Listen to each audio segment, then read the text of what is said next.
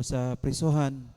Although dili gyud unta to niya kagustuhan nga hukman si Juan sa kamatayon tungod kay for how many times no iyang gipanalipdan gyud na kanunay si Juan nga magbubunyag tungod kay nagtuo siya nga si Juan balaan, si Juan propeta sa Dios nga gipadala dinhi sa kalibutan. Nga bisan tuod sumala pa sa gingon sa ebanghelyo, madisturbo siya every time nga sangyawan siya ni Juan, pero kana bang bisag madisturbo siya, ganahan gyapon siyang maminaw kang Juan.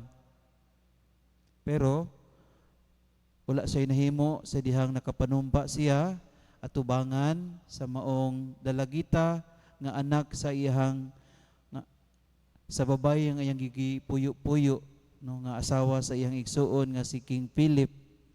Nahimuot siya sa pagsayaw sa maong babae nga hangtod nga nakapanumpa siya sa maong dalaga nga ihatag ko kanimo ang tanan bisan gani ang katunga sa kong gingarian. Nakapanumpa siya dili lang privately o personal ngadto sa maong dalaga, but it was heard publicly.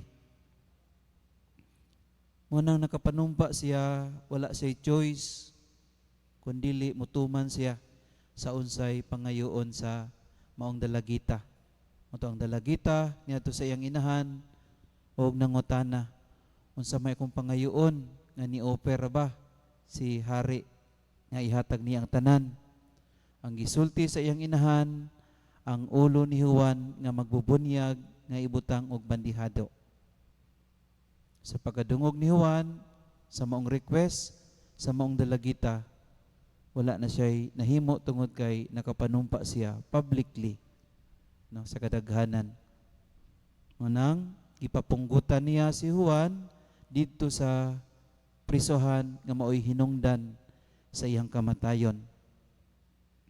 Sa pag-abot ni Jesus, siyempre ang mga gipanghimo o gipangbuhat po ni Jesus sama pod sa mga gipangbuhat ni Juan. It was a complete silhouette na binuhatan ni Jesus. He acts like a prophet, he preached like a prophet, he preached like John the Baptist. Unang sa pagkadungog ni ini sa katawhan nga naay propeta nga nibalik, naay propeta nga naghimo na pud sama sa gihimo ni Juan nga magbubunyag, naratol silang tanan. Nagtuo sila nga kadto si Juan nga magbubunyag nga nabanhaw. Bisan gani si Haring Herodes, no? He was deeply troubled with the news sa pag-abot ni Jesus. Deeply troubled tungod kay he was still being haunted by his the greatest sin nga iyang nahimo ngadto sa pagpatay kang Juan nga magpupunyag. Gigukod-gukod siya kanunay sa kanabang kagrabe sa sala nga iyang gihimo no, sa pagpatay sa inosente nga si Juan nga magpupunyag. Ang iyang konsensya ani is very distorted. Tungod kay distorted na siya, kung ang tawag ni distorted, wala na'y balanse ba imong panghuna-una. Wala na'y balanse ang imong panglantaw. Nga bisag si Jesus, iya namang maalaan nga si Juan nga magbubunyag. Completely distorted na gyud no ang konsensya ni Haring Herodes kay bisag si Jesus maalaan naman niya nga si Juan. Manang siguro makaingon ta og gabaan siya. Gikarma na no. Nagabaan siya, gaba na po na niya tungod kay siya may hinungdan sa kamatayon ni Juan nga magbubunyag. Nakarma na siya sa iyang gibuhat ngadto kang Juan nga magbubunyag. Pero mga igsoon, ako dili mo kumutuog gaba ba? Dili mo kumutuog karma. Tungod kay dili man na buluhaton sa Ginoo. Dili man na iyas Ginoo. Our God is a God of mercy and compassion. a God of forgiveness. He would never condemn us. He would never condemn us. Dili gyud na mo ang binuhatan sa Ginoo. Ang Ginoo magpaabot kano sa taniya hukman. Ang Ginoo kabalo magpaabot kano sa taniya i-condemn. Pero mintras napatani ining kalibutan na dili gyud na mahimo sa Ginoo. Siguro mahitabo lang kining gitawag nato nga gaba, mahitabo lang kining gitawag nato nga karma. Kana kung nagpabilin ka sa pagbuhat niya ng sala, dili ka makabiya ni ana. Nabang dili ka kabuhi, marabag wala nay goodness diha sa imong kasing-kasing. Siguro pag sa imong pagpili ana nga kanunay kang sa pagpili ni anang butanga, siyempre layo gud kas grasyas Ginoo. Ang tao nga layo sa grasyas Ginoo, eventually mao gyud ang mahitabo mga dili maayong butang. Pero it is not the work of God to condemn us, because the God that we have is a God of compassion, full of mercy. Mo nang kining nahitabo kang Herodes karon, distorted conscience, being haunted by the horrific thing that he done sa pagtugyan sa kinabuhi ni Juan nga magpupunyag. This gitawag nga distorted conscience, dili ni gaba, dili ni karma, kundili it is a wake-up call. It is a wake-up call for him to feel sorry sa iyang sala nga iyang gihimo.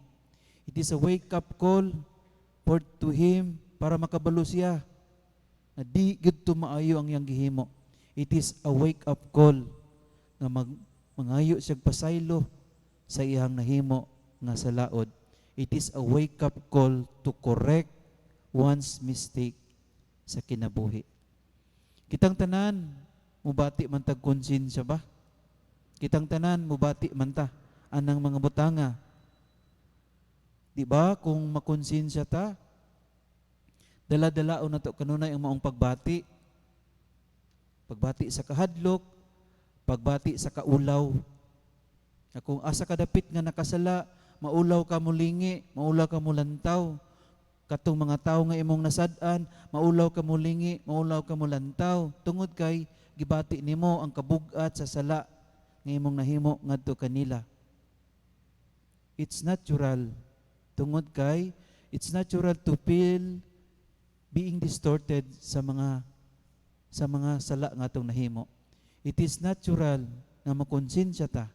It is natural nga mubati pa ta no sa degree sa sala nga atong nahimo. Ug pasalamat ka kung mubati pa ka ni ana. Kay kung dili na gani ka mubati og konsensya, kung dili na gani ka madisturbo sa mga sala nga imong nahimo, maybe the God of mercy, the God of compassion is already dead diha sa imong pagkatao. Atong hinumduman ang atong lawas is a dwelling place of the Holy Spirit. Puloy-anan ni sa Espiritu Santo. There is goodness that is innate na sa tuang kahiladman. And there is this conscience nga mubati ta kanunay sa mga sayop nga ato ang nahimo. Ug pasalamat ka nga mubati pa ka ni ana. Tungod kay buhi pa ang Ginoo diha sulod sa imong pagkatao.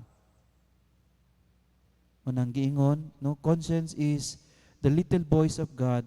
It is the voice of the Spirit speaking to us to always do the will of God, to always do what is good and avoid evil. Pasalamat nga mubati pa niya mata ni ana. Mabalaka ka. Mabalaka ta kung wala na tayo pagbati ningon ana. Kaya kung di na ganit ang makonsensya, buot pasabot ni ana, wala na Ginoo nga nagpuyo sa tong pagkatao. Every time nga mubati tag konsensya, make it a moment of grace. A grace to feel sorry for the sins that you've done. A grace that would correct one's mistake nga imong nahimo. A grace and opportunity to grow more diha sa imong pagkatao. Hinaoton ta mga igsoon, gamito nato kanunay ang kahigayunan sa pagpangayog pasaylo.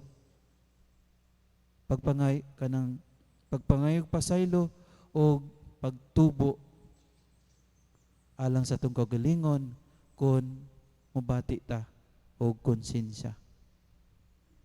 Hinaot pa unta. Palihog manindong. Mag-ampo kita sa Dios samahan kansang mga buhat ug paagi kanunay katingalahan sa matag